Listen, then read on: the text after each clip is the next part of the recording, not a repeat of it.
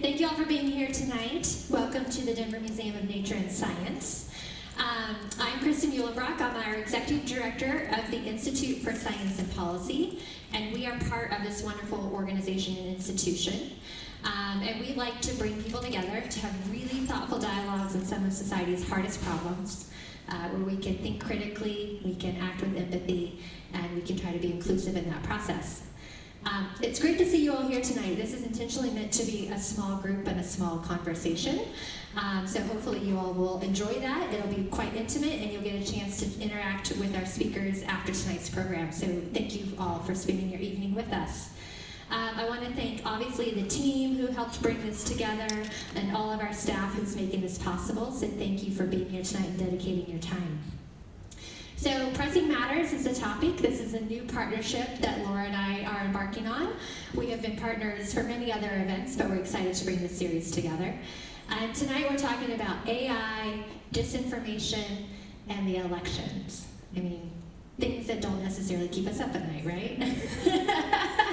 They keep me up at night for sure. Because I think if we have a challenge of trying to distinguish between what's true and not true, we have a really serious dilemma.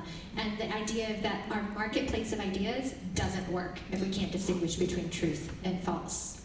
And when our ideas don't work in society, our democracy doesn't work. So all of these things are interrelated. And now we have all this emerging technology happening, right? We have AI happening. And it has amazing benefits and wonderful opportunities for us as a society, but it absolutely comes with challenges. And so we're going to explore some of these ideas around misinformation, disinformation, what does this mean for our democracy and society? And we're going to do this in a quite fascinating way that Laura has come up with. And so I'm going to let Laura introduce the concept of why we got here tonight. I'll offer, this is such an amazing human. I love the value of our partnership between the Institute and CoLabs. I think it is absolutely a gold standard for what other states should be thinking about when it comes to the value of a free press and media in our current environment. And I love the concept and I love working with you, and every time we partner on anything, it ends up being just top-notch. So thanks for working with us on this event. And I'll turn this over to Laura.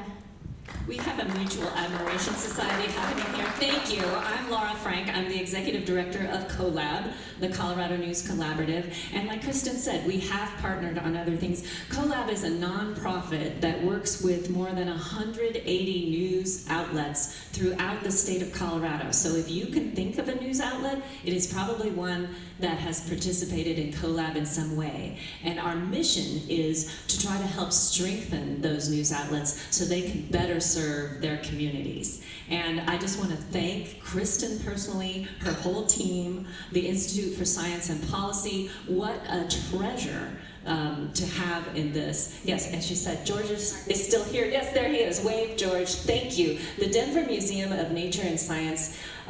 Well, George knows that I have a very special place in my heart. My husband and I, he's in the back, we met here and we got engaged here. So we love the Denver Museum of Nature and Science for many, many reasons. And that's one of them. I know, I can't help it. I'm mushy about that. At any rate, we at CoLab are working with these news organizations so they can help strengthen their communities. You know, you may know that journalism, the free press, is the only industry that's specifically named in the U.S. Constitution, protected by the First Amendment. And the framers of the Constitution knew that that was important to have a free press in order to have a healthy democracy. What we know now, thanks to science, is how right they were. We know from research that having a healthy local press supports all the things that you want in a healthy society and inoculates against the things you do not want. So less polarization, less government waste or corruption, more civic engagement, more people vote, more people run for office when you have a healthy free press in your community. And I'm about to introduce our panelists for tonight. They were going to get to listen in on this conversation, and then you'll all get to join in, so be thinking if you have any questions or thoughts you want to add to the conversation. But as they come up, I will just introduce them. First we have Mindy Romero, who is from the University of Southern California Center for Inclusive Democracy. Thank you for being here, Mindy. And then we have Corey Hutchins, who is from the Journalism Institute at Colorado College. Thanks for being here, Corey. And we're going to have this discussion, and one of the things that we're going to hear them talking about is the role of a free press. So we're calling this Pressing Matters, to emphasize the important role of a free press, and also the role that it plays in helping our communities understand the important issues that are facing us. So this is our inaugural event. Thank you for being here tonight. We're going to start off with a timely topic, and we'll turn it over to you. Thank you. Well, thank you for being interested in this topic of disinformation, misinformation, artificial intelligence, journalism in the election. So I'm a journalist, I teach journalism, and I study journalism, and I write about journalism, I report on journalism, and I'd be happy to talk about how that's affecting our industry and how audiences are reacting to it, but I thought we could start with you as a political sociologist who focuses on inclusive democracy. What should people in this room know, and why should they care, given that we're now only just a couple weeks probably out before we're getting ballots in the mail, about how artificial intelligence, these new tools and technology, is intersecting with inclusive democracy? Thank you, and thank you very much for the invitation this evening, and it's lovely to be with all of you. I'm looking forward to the conversation. So I guess I'll say at the outset that when we talk about AI, right, artificial intelligence, a lot of different types of thoughts and images, particularly, right, might come to mind. And the conversation around AI isn't always about negative, right? There can be many positives, and maybe tonight we'll even talk about the positives potentially under our democracy umbrella. But much of the conversation when we're talking about democracy and AI does center around a set of concerns, right? Particularly focused on how it can spread, generative AI can spread or turbocharge misinformation and disinformation. So misinformation and disinformation, which is just where you have the additional, usually intent to deceive, or there's ill will, right, or malice, right, involved, right, to manipulate people's opinions or behaviors. We know that misinformation and disinformation has been around since really the beginning of our democracy, right? There's nothing new there, but the difference is certainly one, technology, generative AI, allows that misinformation, disinformation to be turbocharged, right? And now the current state, the technological advances that we have, are such that you don't have to be very skilled at all to be able to generate something like a deep fake. We're not just talking about visual examples, right? But we often think about those robocalls or those pictures or those sorts of things are deep fakes. So you don't have to have a lot of skill at all, right? Off-the-shelf technology. And you can disseminate it now so widely and aggressively, and something can go viral, right? Whereas before, you had the power of a press, potentially, before journalistic standards, we know that there certainly were examples of press in some form, right, that would help, but still that wouldn't get anywhere near as far as a viral moment now, right, in social media. So it can be turbocharged, it's easy, much easier to do, and it also now we're talking about happening within an environment where our democracy and our democratic institutions are already vulnerable, if you will, right? We already are experiencing, for a variety of reasons, very high levels of distrust in our society, with our elected officials, with our election system, with other institutions within our democracy, and amongst each other, right? We have high levels, as already noted, of polarization.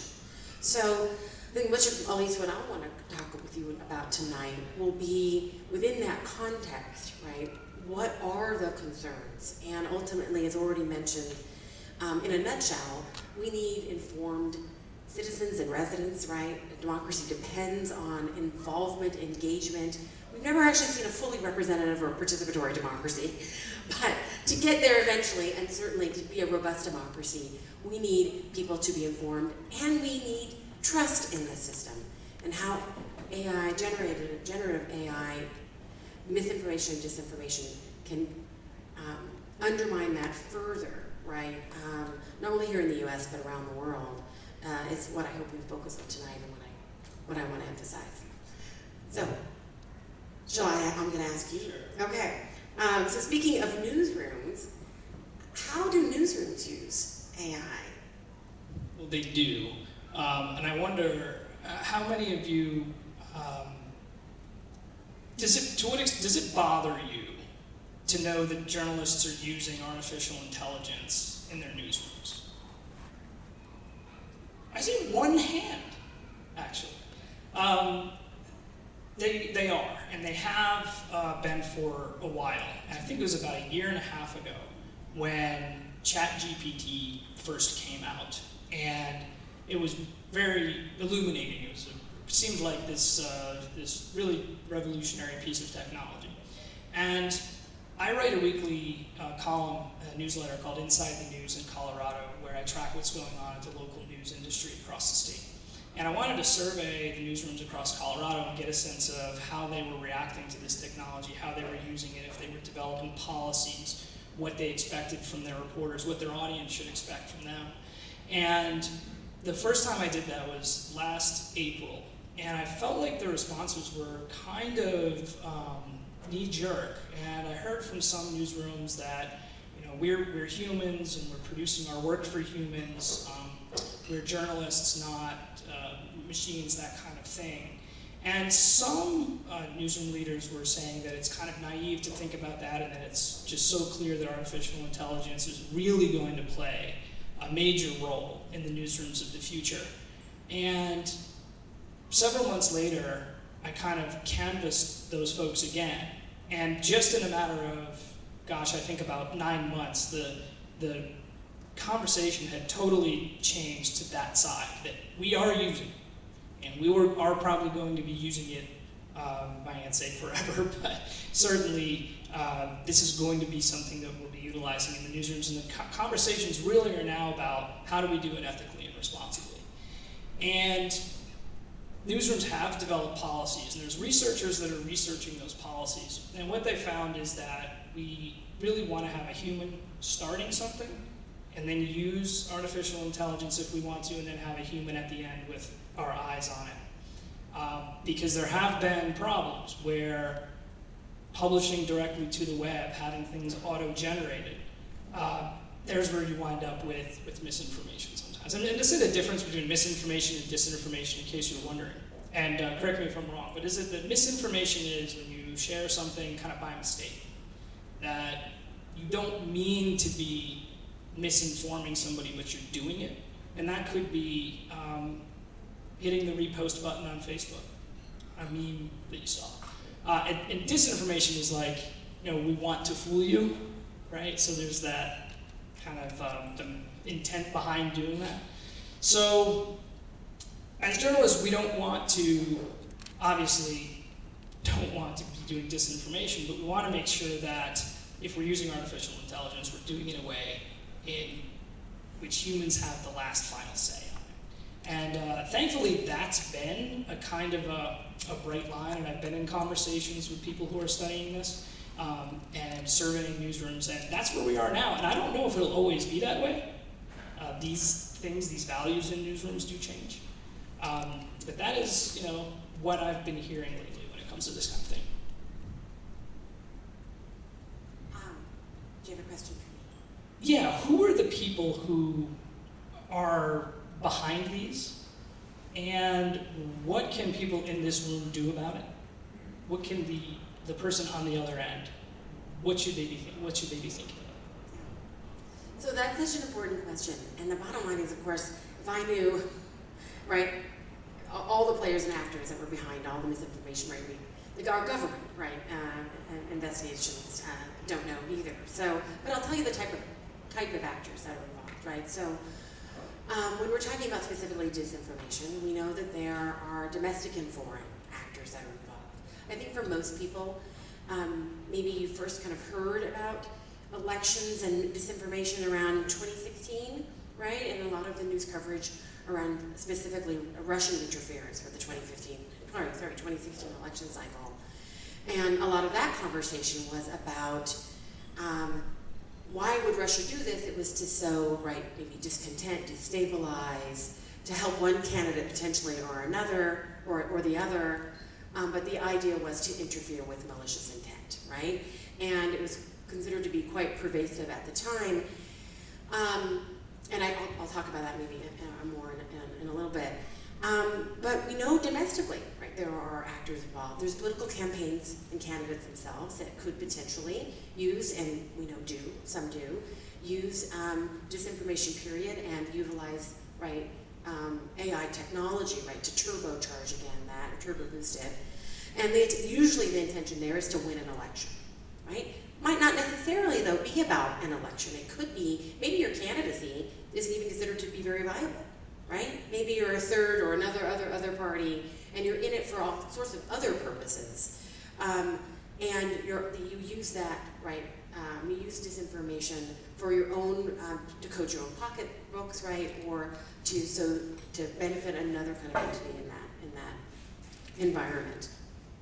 We know there are people that want to use misinformation or disinformation specifically, and utilize AI to turbocharge it for other purposes besides specifically electing a campaign or a candidate. So to sow larger, greater discontent or discord, right, within our society, sometimes often across groups. We saw this in 2020, multiple examples, we see it today as well, but when you had news coverage around it, where on social justice issues, right, that the topics were kind of fanned in multiple groups, right, people that might be on different sides or see different perspectives, right, on a particular issue, but it was to further distrust or suspicion, right, across groups on a particular issue. Remember some of that a little bit, right?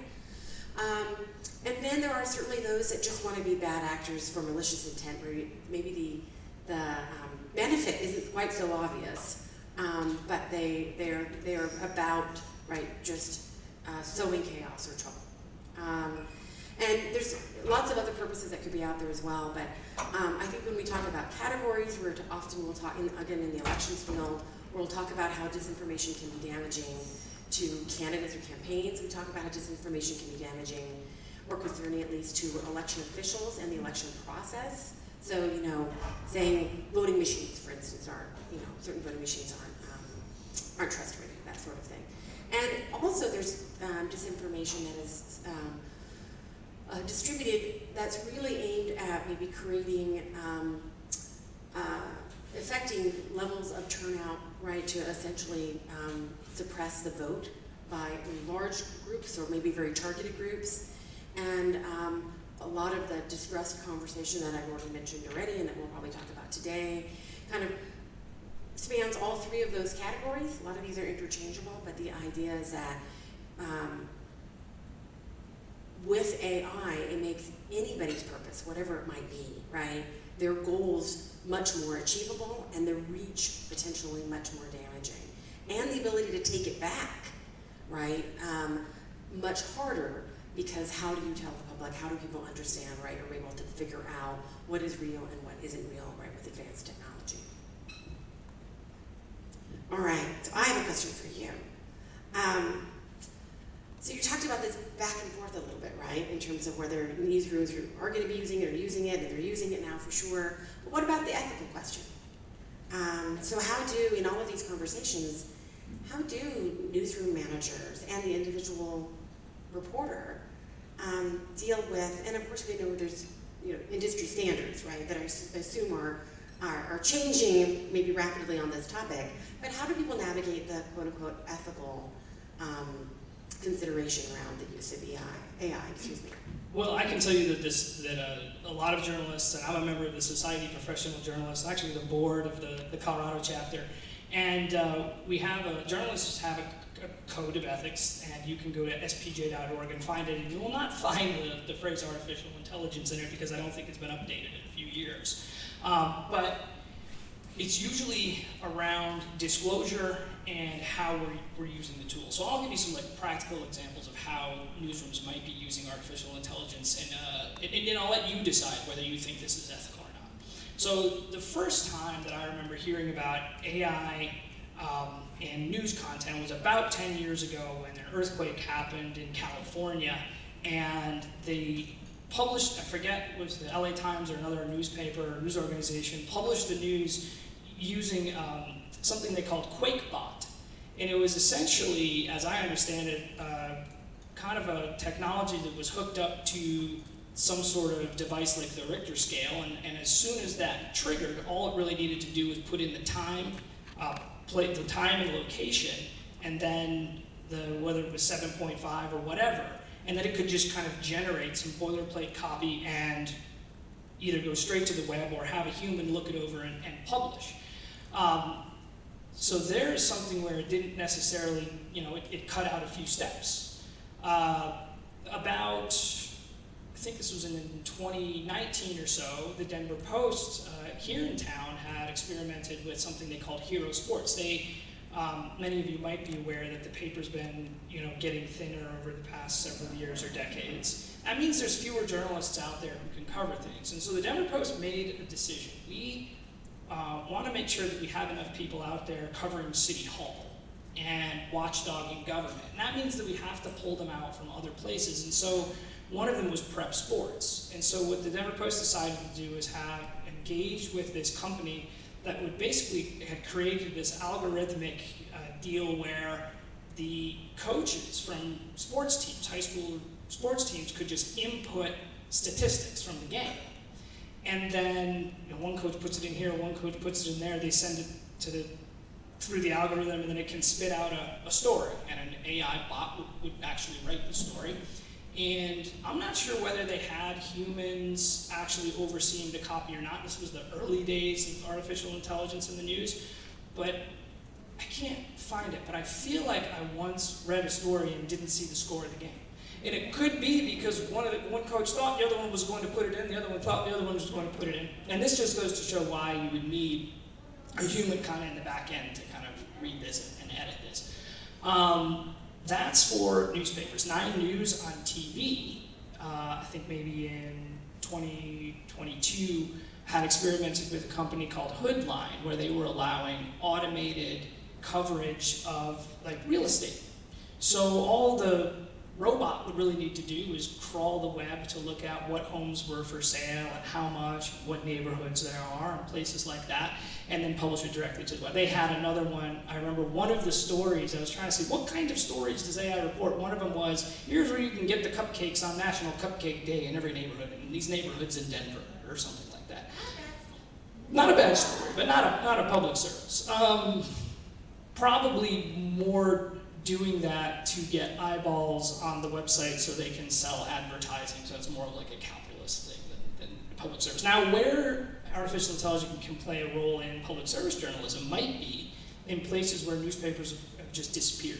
We see that happening out in our rural eastern plains. There's an epidemic out there of newspapers disappearing in the past few months. There are companies now pitching their products to journalists saying that if you could get a hold of the public meetings that are going on in all those municipalities that don't have reporters covering them, you can input it into the program. We can watch the video of the meeting, that 6-hour school board meeting, or we can take the audio from that 3-hour zoning board meeting and then offer a summary of it. And then a journalist can look at that and see if there's any news. So there are ways where the artificial intelligence can actually increase reporting capacity. But you also have to look out for the bad actors, and that's what I want to ask you about now. I kind of feel like that the 2012 election it's been called, I've heard it called like the Twitter election. That was where Twitter was the big new technology, played a big role, and somebody wrote a Harvard paper about this, how it affected the Romney campaign specifically. The next one was like Snapchat was the new thing. And actually the guy who wrote the Harvard paper was a journalist who then became the vice president of news at Snapchat. So I think he found the next thing. The next election, I'm not really sure, but I would say probably TikTok was the new technology. And I kind of assumed at the beginning of this campaign season that this would be the AI election.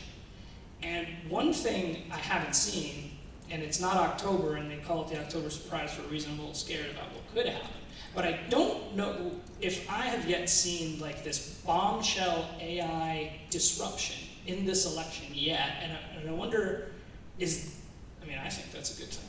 But what should we be worried about? Have there been some things that I just missed? I know there was a couple, but they just weren't like game changing. Is this a good thing or a bad thing? Yeah. So, going into this election, so like 6 months ago, a year ago, I was telling people, and actually I will still stand by it, but I hope I'm wrong. I was telling people that I really thought that the story of this election, aside from who wins or loses, right, and usually the coverage, of course, of most of the focus is at the presidential level, but that the story of this election will be about the impact of AI, right? Maybe the election, post-election period, and its impact on potentially confusion, trust.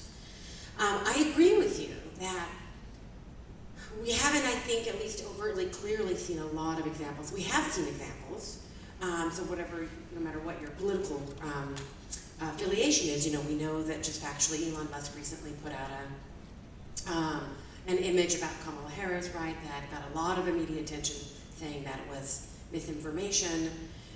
He said it was, I think, a joke or satire, right? Robocall for Biden in New Hampshire, that was not true. A while back, I think maybe 3 or 4 months ago, a video of Biden saying that he was going to reinstate the draft, excuse me. And we know that there have been smaller accounts, and I think maybe part of the story is that we don't know what we don't know either. So what's getting the attention? Something that Elon Musk does, whether you think it's good or bad, it's going to get a lot of attention, right? By design. He has 3 million, I think, Twitter followers, and people are going to cover him no matter what he does. But the idea often with misinformation is that it should be used in an insidious way, right? That it's targeted to certain groups by phone, by email, by social media platforms. And we certainly have seen examples around the world where where things have been turbocharged, right? Disinformation. So I agree. I don't think there's been as much in an obvious way yet. But October is coming, and a lot of the danger is also post-election, right? With a close election, not just the presidential level, but the state and local level. People's believing that the election wasn't rigged, right? That the voting machines are accurate, that vote by mail is safe, all those sorts of things that have been talked about over the last number of years. We're already starting with people having and it is politicized, right, in terms of more likely for one party or the other, but generally speaking, we have high levels of distrust in how our political structure is run, right, not just in terms of candidates. So I say we don't know yet, and I think we need to be vigilant. I think the dangers are still there, and I think that a lot of what will be out there and what may already be out there are just things that aren't going to get picked up, that people agree with, right? That isn't done in such an obvious way. So we will know when the research is done. We'll know from hopefully, right, mainstream media, right, talking about these things. But I think there'll be a lot of investigation afterwards and ongoing to try to understand what is really out there.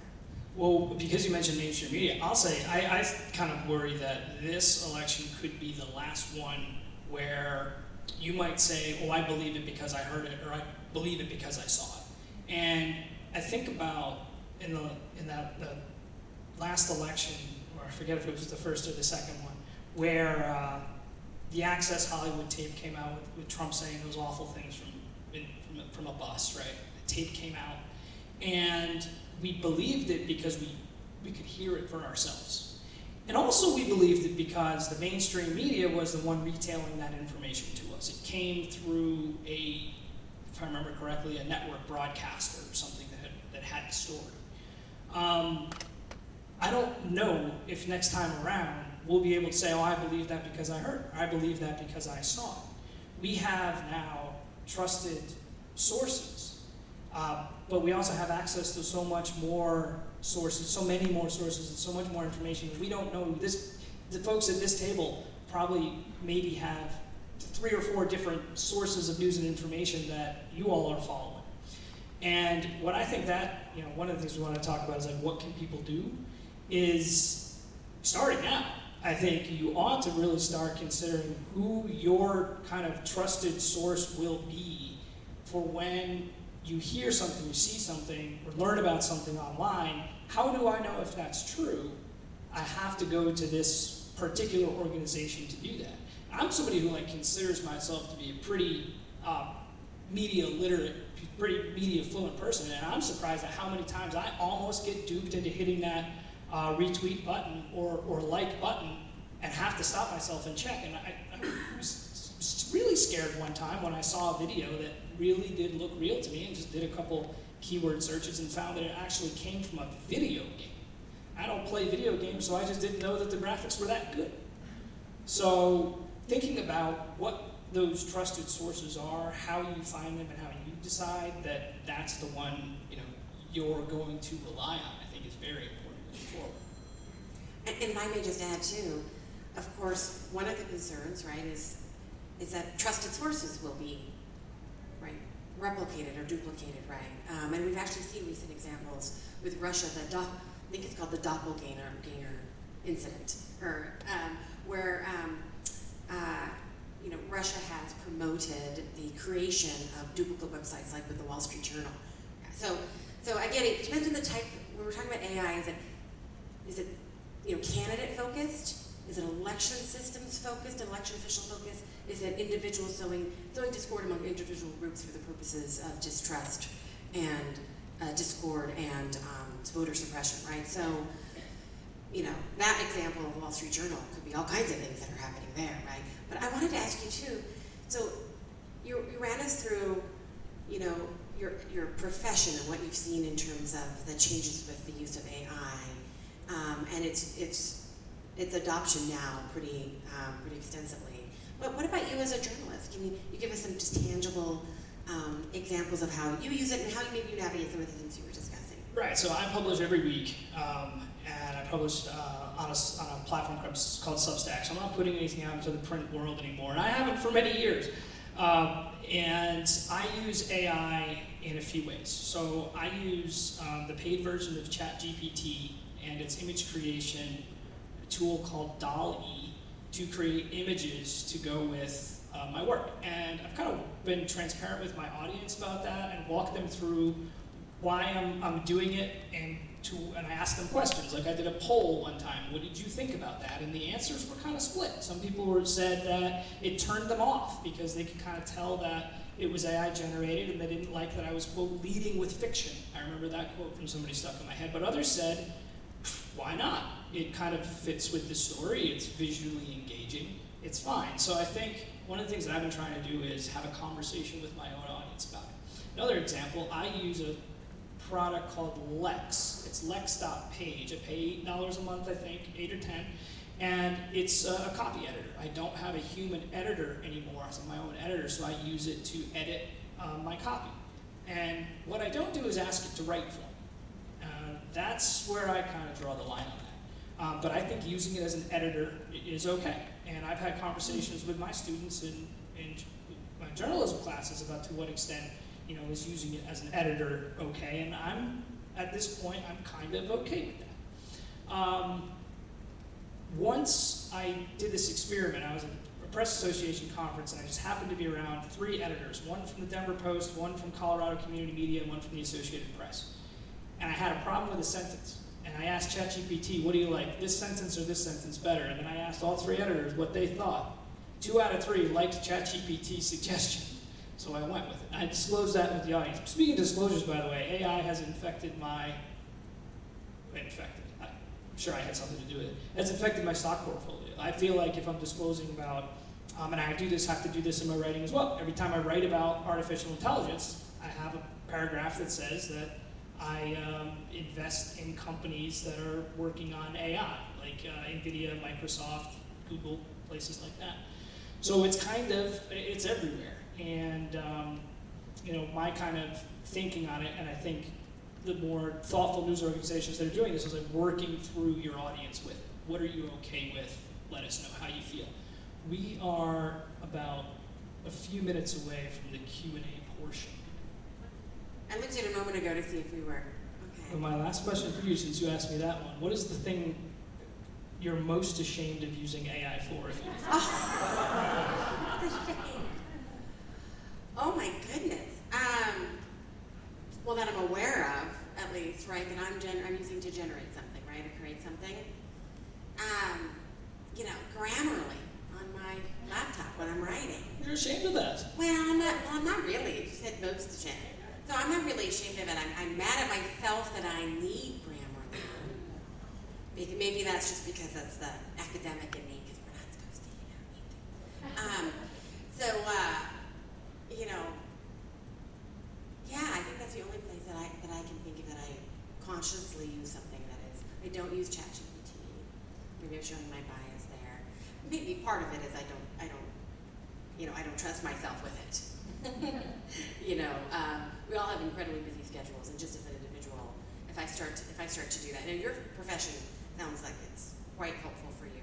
In my profession, I think I just internally feel there's more of a bias against, if I don't want my students, think about it this way, if I don't want my students, and I should ask you if your students use it, but if I don't want my students to use ChatGPT, which I don't, because I want them to learn, and so many students come to college now not with the full set of writing skills that they need to have, to be really honest. So it's still our job, freshman, sophomore, junior, maybe even senior, still our job to help them. If I don't want them to use ChatGPT, then I personally think I can't use ChatGPT. So that answers your question. You can't ask me that same question because we'd have to take the crowd. Thank you both. Can we give them a round of applause, please? So we're going to have questions. I'm going to Phil Donahue this, Oprah Winfrey it, and bring you the microphone. George, what's your question? I love the reference to Phil Donahue. Thank you. I think we'd be interested in hearing on a local basis what specific examples you have of misinformation or disinformation. And for the people who are listening to it, how do you identify it and become suspicious of it? A person who is watching television or listening to radio or reading the newspapers locally, how do they identify what on earth the problem is? I've always split the question. Do you want to talk about local examples, and I'm happy to talk about Yeah. much of it. So here in Colorado, right now we just got a directive from the Attorney General's office a week or so ago saying that because we're X number of days out from the election, a new law has gone into effect, the legislature passed, that says if there's any use of artificial intelligence or deep fakes in campaign ads that involve candidates and things like that, they have to be disclosed. So what the Attorney General said is make sure you're listening to the end of those ads for a disclosure artificial intelligence was using. And now, are the people that are purposefully doing this to deceive you the ones that are going to be disclosing that? I'm not so sure. So how do you know if something is made up, wrong, this picture is not real? There are many, this is going to happen usually in the digital realm, so online, and there are things you can do. You can use a reverse Google image search. Google's made that kind of easy, so if you see a picture and you wonder if it's real, you can screen grab it, upload it, do a reverse image search, and then it'll kind of show you if fact checkers had debunked it. But look, I'm already telling you, this is like a lot of work, how many steps you have to go through to do it, but the truth is, it is unfortunately incumbent on individuals to become literate in the online environment and figure out whether they can bounce off that image, that Facebook post, whatever it is they saw, even if it looks like a news article, and just search to see if somebody else has already written about this or debunked it. I'll tell you a real quick story. I was teaching a media literacy lesson in class over the summer, and I was showing them my social media feed. Somebody had posted a video that had 10 million views that said that this person sitting behind Donald Trump was the assistant director of the FBI during a rally where somebody shot at him. And it was just stated as fact. Breaking news. This is so-and-so. And I asked the class, what do we want to know about this? We couldn't find anywhere online that this had been debunked yet. And we could watch it spreading in multiple languages, racking up millions of views. I had to call the FBI in class on speakerphone, and they answered and told me that it wasn't true. But then we tracked it and found out that it took about 6 hours before there was even a news story where another journalist had asked the FBI and got a statement. So how many people saw that and actually believed it? So there's things that you just have to do as individuals, and if it means you have to pick up the phone and call the FBI, I hope they answer. It's not a great answer to your question. Mindy, did you want to add to that? Well, I think you covered it. Maybe I'll just give some suggestions that are more low tech, right? And these will not do it fully. But if something feels like it's tugging at your emotions or eliciting an emotional response that maybe is more intense than you normally would expect on that topic or from what the type of source. That can be a red flag. I think other than that, certainly we always talk about trusted sources. It is difficult if there are dupes of trusted sources, right? But until that becomes really, hopefully it doesn't, but until that becomes, something that is incredibly common. Still, you can go to your trusted sources. The problem is that there's what we consider to be trusted sources varies quite significantly in our democracy by your demographic, right, and your political party. But you go to your trusted source. You go to multiple sources, right, to see if you have any sort of question whatsoever, to see kind of the coverage on that same topic. And I think, beyond that, just recognizing that it takes time, right, to be able to do all of those things. And people, there's a time access issue, there's an information gap period that people are starting with. And all of you, being, I assume, all highly informed, obviously very interested, caring people on this topic, are probably going to maybe go to more lengths to figure something out. And a lot of Americans don't have the time, don't have this conversation, and will not be able to, right? They're clicking on something quickly, they're taking a headline and sharing it with their spouse or their friend. Don't do that. Don't do that, but it happens. Don't we all kind of do that a little bit sometimes, And you tend to go back to that article. Many people never get back to that article. So that's part of the problem, right? But there are tools that are available to you. And there are more and more media outlets that are embedding information in at least images, right, that tell you if it's been changed or edited in some way. But that's not everywhere, and most people wouldn't necessarily look at that yet. So a lot of it is education and awareness, and I do think one last thing, if I may, I think part of this whole conversation is just acknowledging that there is still not the level of skepticism that we need to have around AI-generated misinformation and disinformation. That's probably the biggest takeaway I'd like for you to have this evening, is that you all are here for a reason. For most Americans, they still think that they're going to probably easily be able to figure out, right, if an image is really Donald Trump or Joe Biden or whatever it is. The level of sophistication that we're at now and the level of potential threat, there's a huge just education component. Whether you are, whatever walk of life you're in, I would argue. Thank you for being here and fascinating topic. So I'd like you to comment on this three-step thought process. So today, I've evolved to the point where I get most of my news on my phone. And today, an interesting news article popped up from The Hill, which I think is recognized as a pretty centrist organization. And it was about that the Democrats and Republicans live in alternate universes. And that's because their readership is selectively fed information that will appeal to the readership and keep their profitability of the news source going. That's step one. Step two, if I order a pair of shoes on the internet, I get ads about pairs of shoes for the next month or so. So algorithms or artificial intelligence is tracking me. That's step two. Step three, what's the future? If you combine news sources are feeding us, and the fact that I'm getting tracked, what's the future that I'm only going to live in an alternate universe by what I click on or what sources of information I look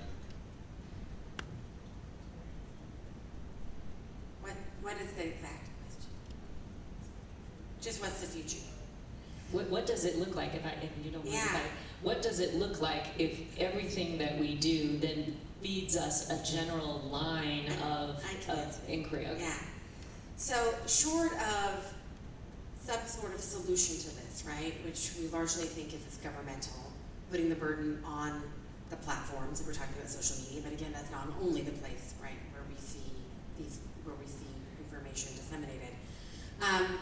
Okay, so I'll give you the concerned future, right, what we're worried about. So if we indeed end up with a situation where people just don't know what to believe or to trust, right? Or it takes a lot of work to be able to figure it out, or you don't trust the sources that tell you what is real and what isn't, then we end up potentially feeding further into, because we already are at the state to some degree, but feeding further into just believing our own echo chambers, right? Believing what we want to believe. I like to hope we won't get here, right? That's why we're talking about this as a concern. But will we just see more, right, people leaning in if they don't know what to make of everything? Either they completely distrust the system and they distrust news, but we know people will still seek out information to some degree. Do they end up just seeking out, right, what makes sense for them and what they agree with? That's scary to me in terms of all the different, right, ramifications of that. That would be the bleak future. I don't know, what's you, as the journalist? Sure, so I think that you mentioned a legislative potential fix, but I think there's a market fix too. If people start realizing this is going to happen, you're going to have a tech company that's going to be pitching an ad to you saying, well, let me show you how we can block this. All right, here, try this ad blocker service. Now it's not going to track you, and you're going to get the raw truth when you do those searches, and not just what the algorithm thinks you want to know based on your previous searches. And by the way, here's those pair of shoes you already bought. And so I think we might see, a response there as well, where a new web browser might come out and say, well, there's DuckDuckGo, right? They kind of say things like, we don't track you along the web like the other ones do, so use us instead, buy our product. You could use a VPN or something like that if you want to mask your location. So yeah, there will be legislative attempts to fix it, but I think also we're going to see a kind of the market moving as well. You have to disincentivize, right? So that's what we should be thinking about. How do we disincentivize this? If we're talking about just our democracy, how do Americans, right, make it difficult? How do we disincentivize political parties and campaigns from using it, or bad actors from using it, from market, right, from platforms from allowing it? But right now, I think it's a difficult thing to think about how to exactly actually disincentivize, right, with all of the factors kind of going in the other direction. So I hope that we get there.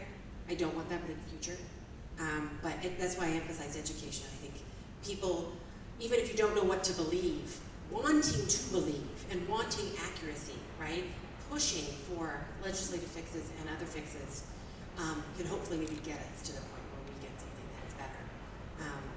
But it's going to take the public to push back on that. Thank you so much for that, because it's a great segue. Forgive me for being nervous. I appreciate what you said about democracy and about what your disclosures that occur, these are voluntary. At what point do you feel our government should intervene in providing us? We have to make an effort to understand these things. You said we're busy. We are all busy. At what point does our government help us understand what is real and what is fake? Thank you so much. Thank you for that question. So there are 2 states in the country that have any sort of laws on the books that I'm aware of that have anything to do with media, teaching media literacy, and teaching, having conversations with students, the kind that we're having now. Illinois and Colorado. And Colorado's law, all it says is, as I understand it, is that we must provide, the Department of Education must maintain a resource bank that teachers can access, that can be updated. I can't believe only 2 states have anything like that. Unless something's changed the last time I looked at it. Okay, there might be 3 or 4, but that's not enough. I teach college and cannot believe sometimes how, when I teach a media literacy lesson, talking about things that are just very intuitive to me, check this out, read 3 different stories on it to see what happens. See if see if the fact checkers have debunked this yet. Just putting things in quotes if you want to narrow your search. How to use a Google image search. They're learning this for the first time in college, and they might be 21 years old. So getting at that a little earlier, I think, is probably necessary, but the partisan fights around it are going to be awful.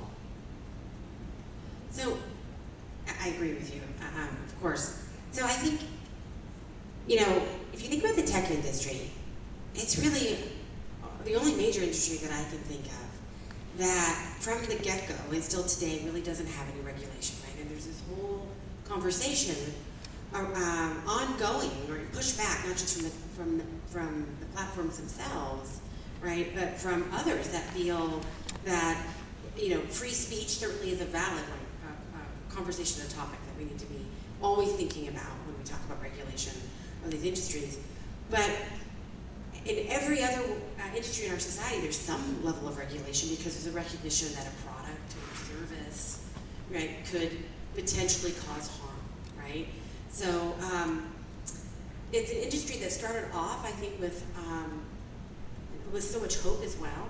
I think when you mentioned 2012, I thought actually you were going to talk about all the conversations, not only about like how social media impacted the time of elections, but there's also a great hope around what social media, particularly with platforms, could do to grow democracy around the world. Remember Arab Spring, right? And in the United States, a lot of startups popped up, in a whole new subfield was created that was called civic tech.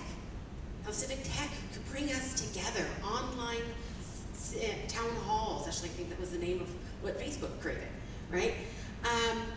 And so the idea was that this was going to actually grow participation, strengthen our democracy, maybe strengthen our civic and social fiber, potentially even. And if you think now, we think about, right, we think back, hopefully some of that hope is still there, but now we have a different kind of set of information, right, around that. And I think really around 2016, particularly, the conversation changed quite dramatically, right, with Russian interference in the election, and and the polarization, and the distrust level and the results and so forth, that a lot of people switched from, the possibilities of bringing people together and wanting to promote online conversations. They're all great, right? Get everybody talking online. How could it not be amazing? And I had excitement too, don't get me wrong.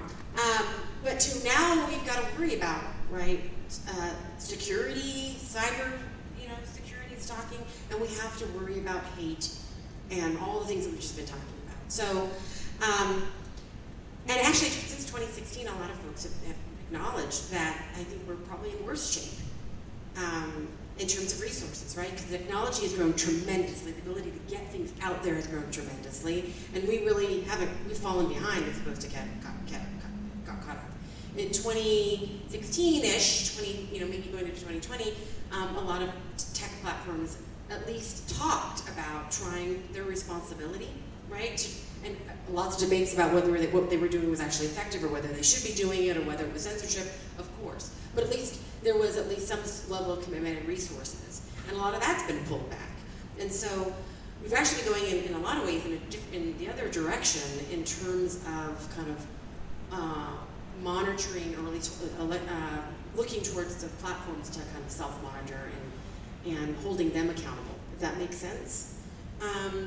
So, you know, I think that given I think it's going to be a legislative fix to some degree. It's not going to happen at the national level anytime soon. There are bills that have come out of the Senate Rules Committee, and we'll see, you know, I don't know what the exact current status is right now, but those are, I think, largely focused on requiring platforms to embed some, to embed, you know, where these things have come from and if they've been edited and so forth.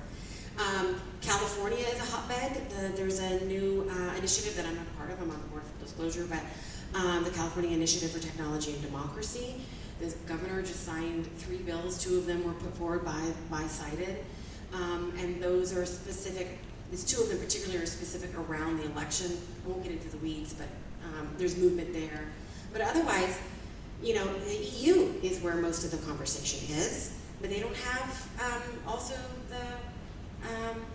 the Constitution, the U.S. Constitution, and the concern around free speech, right, and freedom of the press. But most of the conversation and action is happening at the EU level.